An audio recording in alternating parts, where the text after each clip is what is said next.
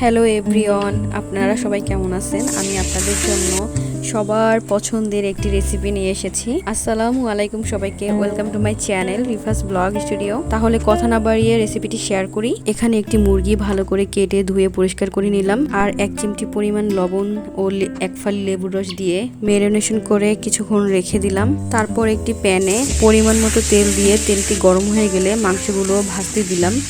এক পাশ brown colour করে ভেজে নিয়ে অপর পাশ আবার উল্টিয়ে দিলাম। দুই পাশ ভালো করে ব্রাউন কালার করে ভেজে নিয়ে তুলে নিলাম।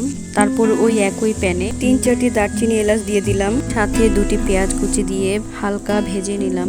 আর আমি প্রায় 3-4টি পেঁয়াজ বেটে রেখেছিলাম, সেগুলো দিয়ে দিলাম। হাফ চামচ পরিমাণ লবণ দিয়ে দিয়েছি, 1 চামচ পরিমাণ আদা ও রসুন বাটা, তারপর আবার 1 চামচ পরিমাণ ধনিয়া জিরার গুঁড়ো দিয়ে দিলাম। দিয়ে মশলাটি ভালো করে কষিয়ে নিলাম। এখানে একটি সিক্রেট তৈরি করা মশলা, যেটা আস্তে আস্তে দিয়ে সাথে সাথে নেড়ে চেড়ে নিতে হবে যেন নিচে লেগে না যায়। আর 1 চামচ পরিমাণ মরিচের গুঁড়ো দিয়ে দিলাম। এখানে আমি রাঁধুনি রেডি মিক্স রোস্টের মশলাটি ইউজ করেছি।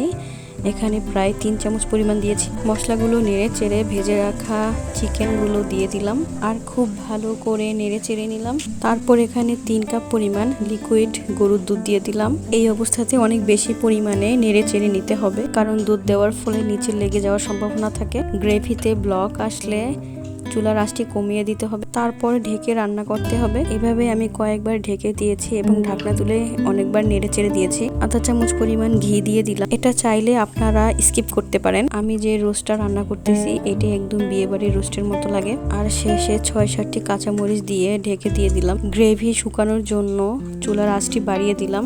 এই তো ঠিক গ্রেভিটা যখন এরকম আসবে, একদম মাখা মাখা অবস্থা, তখন চুলাটি বন্ধ করে দিলাম। এই রোস্ট রান্নাটি আপনারা বাসায় ট্রাই করবেন, কারণ এই রোস্ট রান্নাটা খুবই স্পেশাল হয় আমার, আর খেতেও খুবই দুর্দান্ত লাগে। ভিডিওটি দেখার জন্য সবাইকে ধন্যবাদ।